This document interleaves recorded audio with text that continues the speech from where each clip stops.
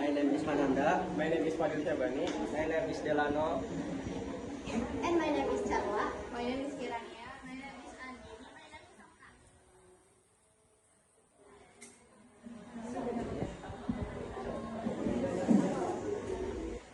Jadi di sini kita akan menjelaskan tentang ekonomi hijau. Apa itu ekonomi hijau? Ekonomi hijau dapat diintegrasikan melalui kurikulum yang mengajarkan kewirausahaan yang peduli lingkungan, ecopreneurship, program fisik seperti pengelolaan sampah 3R, penghijauan dan kebiasaan sehari-hari seperti membawa bekal sendiri untuk mengurangi sampah plastik. Pendekatan ini bertujuan membentuk siswa menjadi agen perubahan yang mendukung pembangunan berkelanjutan. Ya. Lalu ada integrasi dalam kurikulum. Kewirausahaan berbasis lingkungan, ajarkan siswa untuk berpikir dinamis dan progresif dengan memanfaatkan sumber daya secara berkelanjutan untuk menciptakan produk atau jasa yang bernilai tinggi dan barang bekas yang biasa disebut dengan upcycling. Lalu ada ekoliterasi, tingkatkan kesadaran siswa tentang pentingnya keseimbangan ekologis melalui pemahaman tentang isu-isu lingkungan seperti emisi karbon dan efek rumah kaca. Lalu ada kurikulum yang relevan. Rancang kurikulum yang selaras dengan agenda global untuk mencapai ekonomi rendah karbon dan inklusif. Lalu di sini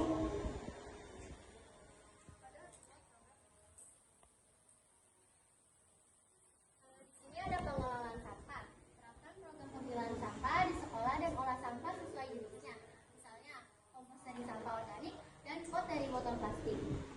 Program 3R, reuse, reduce, dan recycle. Dorong penggunaan kembali kertas bekas kembali sebagai kertas buram dan daur ulang, botol atau kaleng untuk dijadikan pot tanaman. Program penghijauan, lakukan kegiatan menanam dan memelihara pohon atau tanaman seperti vertical garden untuk mengurangi polusi dan memperbaiki kualitas udara. Bangunan sekolah hijau, terapkan konsep green building dengan mengoptimalkan pencahayaan alami dan ventilasi yang baik untuk penghematan energi.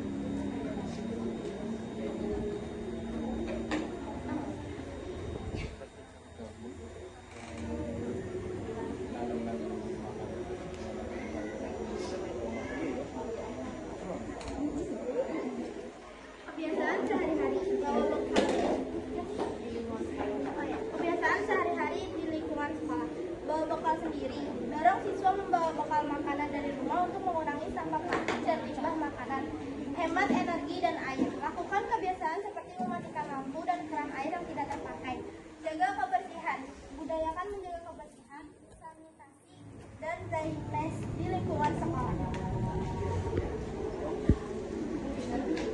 Nah, di sini kita juga ada membuat poster gimana sih cara buat lingkungan hidup di sekolah. Yang pertama, itu bisa dengan menghemat energi, terus mengelola sampah dengan baik, mengurangi penggunaan plastik, menanam pohon, melaksanakan piket atau kerja bakti secara berkala. Sekian dari penjelasan yang telah kami sampaikan. Apakah ada yang berminat untuk bertanya? Sebelumnya mohon maaf, kita di sini cuma mengambil 2 pertanyaan karena untuk menghemat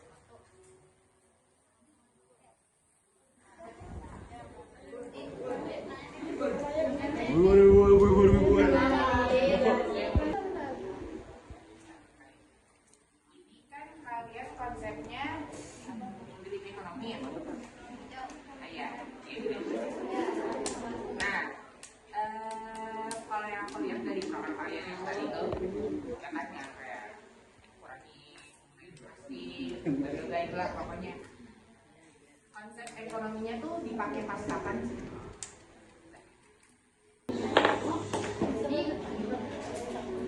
Jadi konsep ekonominya itu ada ketika kita kan tujuannya untuk menjaga lingkungan ya. Lalu untuk kesejahteraan bersama kan. Jadinya untuk mencapai hal itu kita tuh harus menjaga lingkungan kita agak nggak merusaknya. Karena kalau misalnya lingkungan rusak itu kita nggak bisa mewujudkan kesejahteraan tersebut.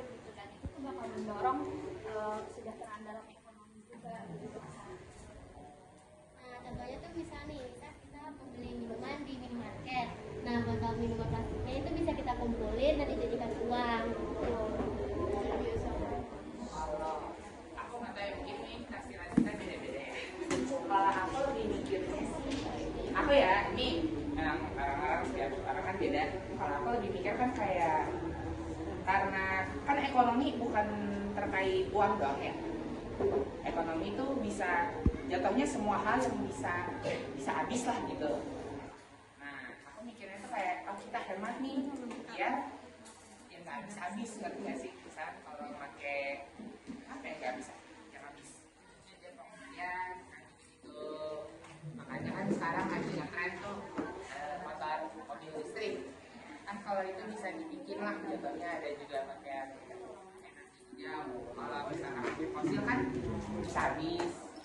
Nah, jadi jatuhnya kayak jangan menghabiskan yang gitu lah pokoknya lah. Maaf ya, aku jadi bingung kata-katanya.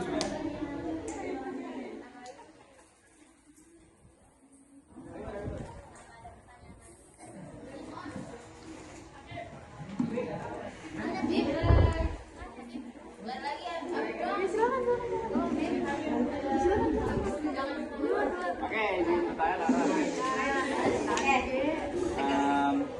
terkait proker kalian kan tadi tuh mengenai judul lebih ke judul kampanye kalian kan ekonomi hijau ya. Nah, saya ingin menanyakan tentang apa sih korelasinya antara green economy ini dengan faktor kelangkaan. Jadi kan faktor kelangkaan itu ada dua, faktor alam dengan faktor ekonomi.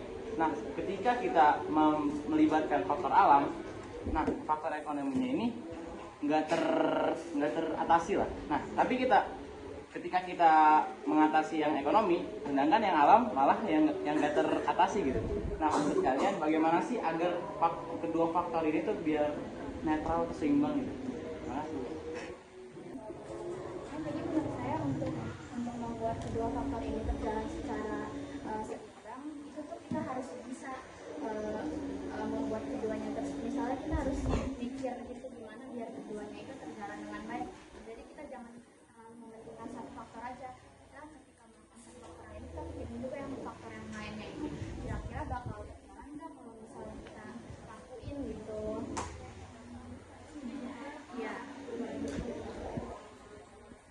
Mungkin bisa beri contoh gimana contohnya gitu. Kalau kita ngelakuin faktor ini juga kita harus adaptin juga. Ada contohnya? Kan misalnya gini nih, di faktor ekonomi itu kan ada pedagang yang sudah memproduksi plastik. Nah, sedangkan kalau di faktor alamnya kita itu nggak boleh menggunakan plastik. Jadi kita kalau memilih salah satu, nanti misalnya kita milih alam, kita nggak gunakan plastik, otomatis yang memproduksi plastik tidak dapat modal nggak balik modal kan, karena sudah memproduksi plastik tapi nggak ada yang beli. Nah, tapi kalau kita beli plastik, alamnya ini yang nggak keurus gitu. Masalahnya karena kita membeli plastik ini gitu. Plastik itu susah banget kan diurai. Jadi mungkin gimana ya, saya juga makanya nanya ini supaya saya sudah jawab jawaban gitu. Kita sudah boleh menggunakan plastik, namun penggunaannya itu dibatasin, jangan terlalu banyak gitu. Jadi tidak merugikan yang lainnya. Walaupun plastik tidak ramah lingkungan, tapi kan pasti lingkungan perlu kan. Jadi kita terbatasin aja penggunaannya itu.